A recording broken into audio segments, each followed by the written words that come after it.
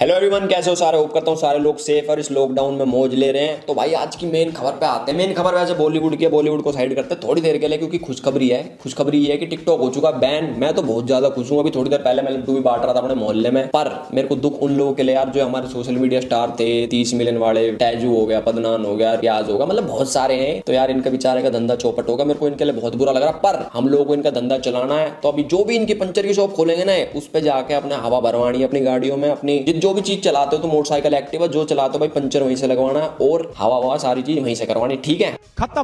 Bye bye, tata, goodbye, गया। तो उन सभी लोगों का थैंक यू जो इस जर्नी में हम लोग के साथ है। टिकटॉक वर्सेस यूट्यूब वाली में जितने भी यूट्यूबर हो गए, मीमर हो गए, इंस्टाग्राम पेज, मतलब जितने भी तुम समझ रहे हो ना, जो इन्वॉल्व था इस टिकटॉक वर्सेस यूट्यूब में, उन सभी को थैंक यू। और ये सब चीज अब साइड करते हैं। टिकटॉक बैन होगा, गई आई चीज होगी। अब आज के मेन टॉपिक पे आते हैं। आज का हमारा टॉपिक है बॉलीवुड। साला हिंदुस्तान में जब तक सलीमा है लोग चूतिया बनते रहेंगे। देखो तुम लोगों को मैं कहानी सुनाता हूँ। एक लड़का होता है राहुल, वो कुछ नहीं करता, सिर्फ बकचोदी करता है, इधर से उधर पैर मारता घूमता है। पर उसमें ये टैलेंट है कि एग्जाम टाइम में टॉपर की सीट में सब कुछ कॉपी कर लेता है। और मजे की बात यह है कि उसके टॉपर से ज्यादा नंबर आते हैं और टॉपर को कोई नहीं पूछता, सब लोग राहुल को पूछते हैं। जो लोग समझ गए होंगे मैं किसके बारे में बात कर रहा हूँ, चलो एक बार बता देता हूँ। इसमें जो हमारा राहुल है वो है बॉलीवुड, और जो हमारा टॉपर है वो है साउथ इंडस्ट्री। क्योंकि भाई बॉलीवुड का ऐसा हाल हो चुका है कि ना इन पे आजकल ओरिजिनल स्क्रिप्ट हैं, ना ही अच्छे एक्टर्स को मौका देते हैं, और ना कुछ नया ट्राई करते हैं। नया ट्राई करने के नाम पे क्या करेंगे, हॉलीवुड की कोई मूवी कॉपी कर लेंगे। मतलब पुरानी से पुरानी तुमने देखा होगा, मैं एग्जांपल नहीं दूंगा कि कौन कौन सी हॉलीवुड से कॉपी कर रखी है। दूसरी साइड ये क्या करेंगे, साउथ की कोई मूवी होगी उसके राइट्स खरीद लेंगे, उसका रीमेक करते रह जाएंगे। मतलब जैसे कबीर सिंह होगी, कबीर सिंह अच्छी मूवी थी नो डाउट, पर है तो वो कॉपी, इनका ओरिजिनल काम नहीं है। तो आज के टाइम में मेन मुद्दा ये है मेरा कि आज के टाइम में जितनी भी बॉलीवुड में मूवी बन रही है सारी कॉपी है। मतलब कहीं ना कहीं से दो चार चीजें उठा रखी, कोई भी ओरिजिनल काम नहीं हो रहा है हमारे बॉलीवुड में।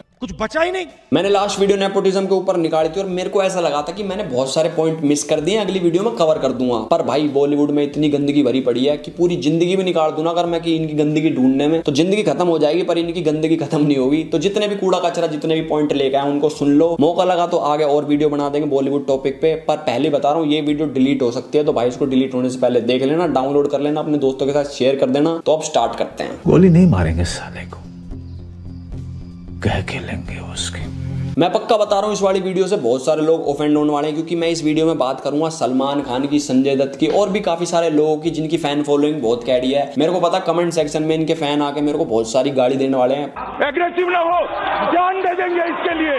क्या बात कर रहे हो आप? पर भाई कोई बात नहीं, जो सच है वो सच है। झेल सको तो झेल लेना, ना झेल पाए तो कोई बात ना। मैंने कौन सा तारा लेके खा रखा है, समझ में आया क्या? हाँ मैं उस बारे में बात करूं जब ऐश्वर्या राय को सलमान खान ने थप्पड़ मारा था और कोई फेमिनिस्ट का चौदह उठ के नहीं आया था कि ये लड़की के साथ तुमने क्या कर दिया। अच्छा उनकी गांड फट गई थी कि कहीं सलमान खान का करियर ना खा जाए।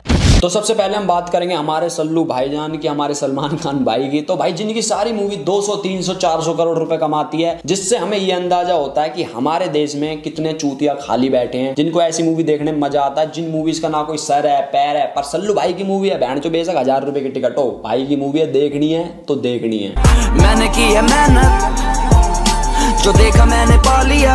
सारी बॉलीवुड इंडस्ट्री हमारे सल्लू भाई से डरती है। उनको ये डर है कि सलमान खान को अगर गुस्सा आ गया तो भाई उनका करियर खा जाएंगे। कोई बात नहीं, उस बंदे ने अपनी अलग चौड़ बना रखी है। पर जो सुशांत के टाइम पे सलमान खान को गाली बक रहे थे लोग, अब भी बक रहे हैं। तो मेरे को उनसे ये पूछना है कि तुम तब कहां थे जब सलमान खान ने विवेक ओबरॉय का करियर खराब कर दिया था, खत्म कर दिया था। मतलब एक तरीके से उसको इंडस्ट्री में से उठा के बाहर फेंक दिया था, उसकी मूवीज ले ली थी। तुम्हें सब कुछ पता है, मेरे को बताने की जरूरत नहीं है। उस टाइम पे विवेक ओबरॉय का किसी ने सपोर्ट नहीं करा। सब लोग कहते सल्लू भाई यार तुम कमाल के बंदे हो, तुम विवेक ओबरॉय का करियर खा गए, क्या बंदा यार, कितना दबंग आदमी है। तो भाई उस टाइम पे कोई सपोर्ट में नहीं आया। मैं बताता हूँ विवेक ओबरॉय की गलती क्या है। उसकी गलती ये थी कि वो जिंदा बच गया, और हमारी पब्लिक की आंख तब खुलती है जब वो बंदा इस दुनिया में ना बचता। उसके बाद उसके फॉलोअर्स भी बढ़ाएंगे, उसके लिए जस्टिस भी मांगेंगे, बहुत सारी चीज, मतलब उसके मरने के बाद ही होगी सारी चीजें। भाई ऐसे सपोर्ट का कोई फायदा नहीं है। अगर तुम्हें ऐसे दिख रहा है कि इंडस्ट्री में कोई ऐसा बंदा है जिसके साथ ऐसे मतलब इनजस्टिस हो रहा, तो उसको अभी से सपोर्ट करो, उसके मरने का वेट मत करो। बहुत लोगों के समझ में आ गई होगी, जो समझदार होंगे नहीं आई होगी, कोई बात नहीं। दूसरी बात पे आते हैं। ऐसा नहीं है कि सल्लू भाई बाहर वालों को लॉन्च नहीं करता, करते हैं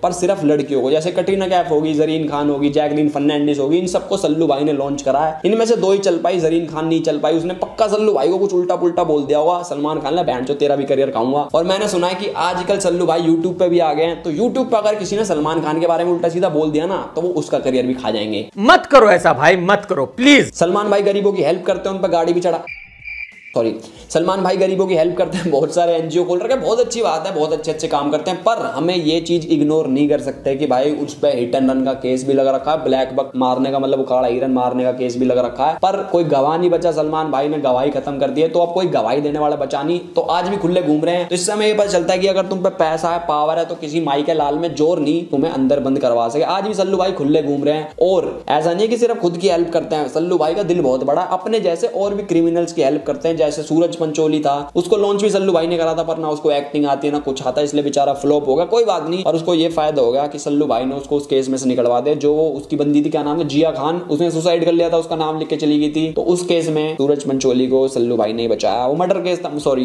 बोलना नहीं, सॉरी सॉरी सॉरी सॉरी। एक बार बेबी सेल्फिश होके अपने लिए जियो ना। क्या वाहियात लिरिक्स लिखे हैं, ये सल्लू भाई ने लिख रखे हैं। और मतलब पहला तो ये क्वेश्चन है कि ये लिख क्यों रखे हैं। दूसरी बात, हमारे बाहर ना गली कुत्ते घूम रहे हैं, अगर उनके पंजों पे इंक लगा के मैं ऐसे सफेद कागज पे ऐसे छाप दूंगा ना, तो भी उससे अच्छे लिरिक्स लिख देंगे। मैं मजाक नहीं उड़ा रहा, मैं बस ये बता रहा हूँ कि जिस चीज में तुम अच्छे हो तुम वो करो ना, तुम बदमाशी करो ना।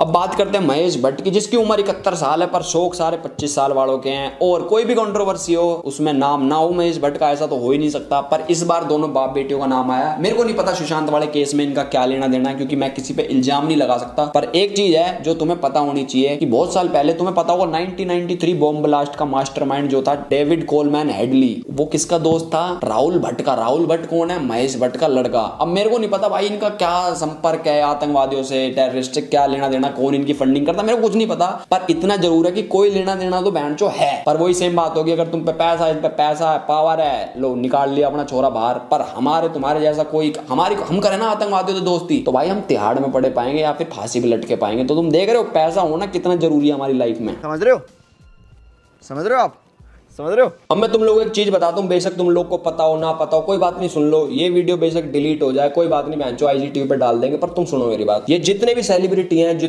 अपने आप को लिबरल समझते हैं, गवर्नमेंट के अगेंस्ट बोलते हैं, हिंदुत्व के अगेंस्ट बोलते हैं, अपनी हिपोक्रेसी दिखाते हैं अपने ट्वीट्स में, स्वरा भास्कर होगी, सोनम कपूर होगी, और भी बहुत सारे नाम है, तुम नाम लेने की जरूरत नहीं है, सुनो अब। तो भाई इनको मिलता पैसा पीछे से दूसरी पार्टीज की तरफ से ये सब ट्वीट करने के, ताकि इनके फॉलोअर्स के दिमाग में धीरे धीरे चीजें बैठाई जा सके। मतलब ये सही चीज को गलत बना के अपने फॉलोअर्स के दिमाग में धीरे धीरे डालते हैं। इसको बोलते हैं सॉफ्ट इन्फ्लुएंसिंग। और इन सब चीजों के बीच में पिस्ता कौन है, आम जनता। और आज के बाद तुम्हें जितनी भी ट्वीट दिखे ना भाई कि ऐसे ये इसके अगेंस्ट बोल रहे हैं, इसके अगेंस्ट बोल रहे, तो समझ जाना पीछे से मोटा पैसा पहुंचाया जा चुका है। तो भाई अब बहुत सारे लोग बोलेंगे एलविस भाई तुम तो यार रिलीजन को बीच में ले। मेरे भाई रिलीजन की बात गई ऐसी तैसी में, जो बात सच है वो सच है, और जो बात गलत है वो गलत है। तुम्हें पता है और मुझे पता है। अब सॉफ्ट इन्फ्लुएंसिंग से याद आया, एक मूवी आई थी संजू नाम की, बहुत सारे लोगों ने देखी होगी। उस मूवी के एंड में तुम ये सोच के उठोगे यार संजय दत्त कितना अच्छा आदमी है, बेचारे के हालात अलग थे, मतलब मजबूरी थी उसने ये सब काम करे, ड्रग्स व्रग्स, मतलब एक तरीके से उसकी पॉजिटिव इमेज लेके तुम उठोगे। भाई उस मूवी का काम ये था कि संजय दत्त की इमेज को पॉजिटिव बना सके, क्योंकि उसकी 2 मूवी आने वाली थी, एक मुन्ना भाई 3 जो अभी रिलीज होगी, और तुम मानोगे नहीं उस मूवी 28 तारीख को रिलीज हुई, 28 जून को, 29 तारीख को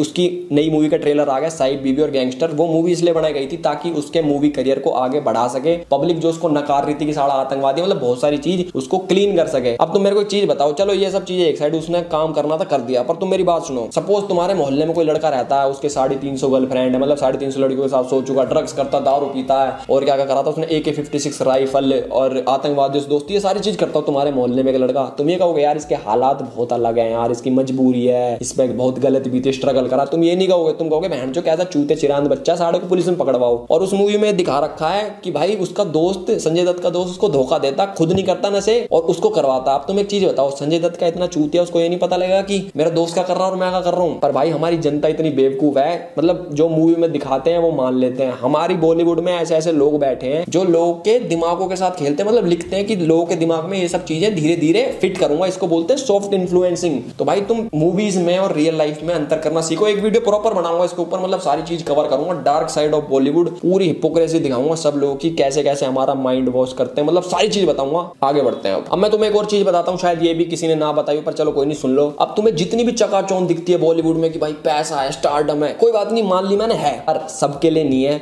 अब सपोज कोई नया एक्टर है, वो मूवी करता है, उसको पैसे मिलते हैं, अब उसको यहाँ सर्वाइव करने के लिए जीनी पड़ती है दिखावटी जिंदगी, महंगे कपड़े, महंगी गाड़ी, महंगी पार्टीज। पर ये सब तब तक चलता है जब तक उसके पास पैसा है और मूवी आ रही है। जिस दिन उसकी मूवी आनी बंद होगी, पैसा खत्म हो गया, तो भाई अब वो दिखावटी जिंदगी कैसे जिएगा। तो उसको सर्वाइव करने के लिए चाहिए होता पैसा। तो बहुत सारे जो लोग होते हैं जिनको मूवी नहीं मिलती, वो मुंबई में सर्वाइव करने के लिए दूसरे तरीके से पैसा कमाते हैं। जैसे तुमने देखा होगा बहुत सारे बॉलीवुड वाले सेक्स रैकेट्स में पकड़े जाते हैं, मंत्रियों के साथ पकड़े जाते हैं, बहुत सारे स्कैम्स में पकड़े जाते हैं। उसका रीजन यही होता है कि उनको मूवीज नहीं मिल रही है और अपनी दिखावटी लाइफस्टाइल को बरकरार रखने के लिए उनको पैसा चाहिए और वो कुछ भी करने को तैयार है उस पैसे के लिए। तो भाई जैसा तुमको दिखता है ना वैसा है नहीं, मतलब तुम्हें अगर 100% दिखता है ना तो वो 2% ही है। नहीं कोई करता धरता, मैंने कोई I am not taking one whole like ठेका of introducing new talent in this. When did I become that person? अब मेरा करण जौहर से क्वेश्चन है कि अगर तू सिर्फ स्टार्स के साथ काम करता है तो तूने सिद्धार्थ मल्होत्रा को चांस क्यों दिया? That's my position, Ranveer. समझ रहे हो आप? समझ रहे हो भाई? होशियार लोग समझ गए होंगे मैं क्या कहना चाह रहा हूँ, पर चलो कोई बात नहीं, चीजें साइड करते हैं। बॉलीवुड भाई एक ऐसा दलदल है जिसमें तुम एक बार फंस गए तो फंस गए, बाहर निकलना बहुत ज्यादा मुश्किल है। और यार मैं ये नहीं कह रहा कि बॉयकॉट कर दो बॉलीवुड को, ये मत देखो भाई, अच्छी मूवी देखो, टैलेंट को सपोर्ट करो। और सलमान भाई की मूवी देखो, अगर कोई अच्छी मूवी बनाते हैं, मेरे को पता है कि नहीं बनाएगा कभी वो अच्छी मूवी, पर कोई बात नहीं, तुम्हारी मर्जी है, मैं तुम पे अपने थोप नहीं सकता अपनी मर्जी। तो भाई तुम कुछ भी करो। और टिकटॉक यार अब बेचारा बैन हो गया, बहन चो मैं उसका सोच रहा था जोकर का रोस्ट करने का, वो साड़ा मुंह बनाता ना आगे पीछे करता, कोई बात नहीं, उस साड़े की पुरानी वीडियो उठा के बना दूंगा। टिकटॉक का रोस्ट भी, टिकटॉक कोई बात नहीं, टिकटॉक का रोस्ट भी आएगा, मतलब देखते हैं कभी बाद में आएगा। और भी अच्छे अच्छे वीडियोस आएंगी, बॉलीवुड के ऊपर भी निकालूंगा एक सीरीज अपनी बढ़िया सारी। तो चैनल को सब्सक्राइब कर देना, इंस्टाग्राम पे मेरे को फॉलो कर लेना, एक ही यहाँ होगा। मेन चैनल है जो मेरा, उस पर 7 मिलियन करा दो यार, मेरे 6.7 मिलियन करा दी तुमने, थोड़ा और करा दो, 7 मिलियन करा दो, सब्सक्राइब करो, सब चीज कर दो। हिंदू भाइयों शेर बनो, जवाब दो, ना शेर बन सको तो शेयर करो, दबा के शेयर करो।